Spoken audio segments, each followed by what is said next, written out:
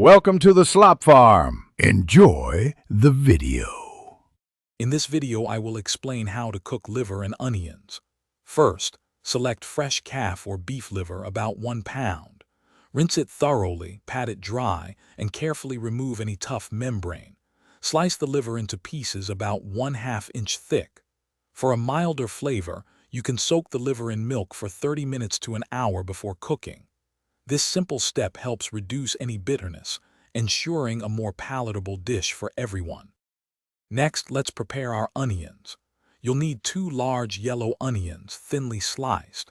In a large skillet, melt 2 tablespoons of butter or a combination of butter and olive oil over medium-low heat.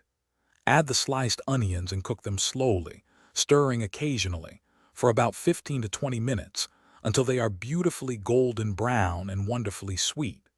This caramelization process is key to building a rich, savory base for our dish. Now for the liver. After draining and patting dry, lightly dredge the liver slices in a mixture of 1/2 cup all-purpose flour, 1 teaspoon salt, and 1/2 teaspoon black pepper.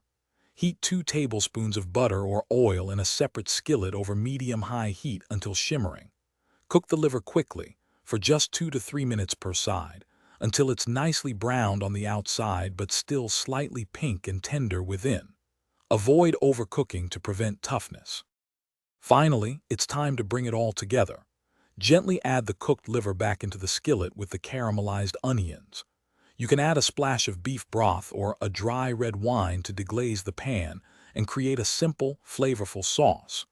Serve your delicious liver and onions immediately, perhaps alongside creamy mashed potatoes or some steamed green beans.